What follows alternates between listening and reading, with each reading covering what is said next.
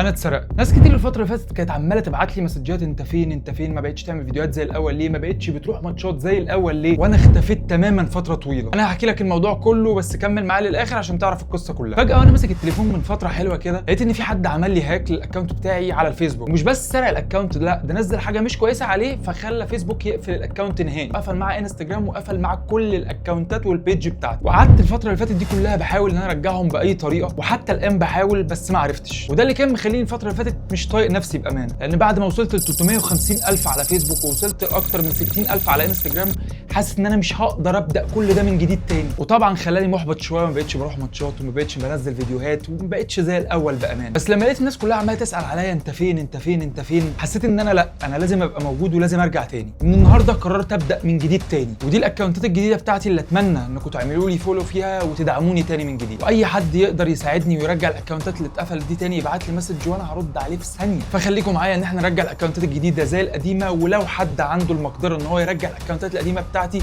ارجوك كلمني. اعمل بس سيرش بالاسم اللي موجود قدامك ده سواء في فيسبوك او انستجرام، هيظهر لك الاكونت على طول. فولو ولايك وشير للفيديو ده عشان نرجع الاكونت ده اكتر واحسن من القديم. استنوني في اللي جاي عشان الحماس رجع لي تاني وهكسر الدنيا، بس خليكم معايا.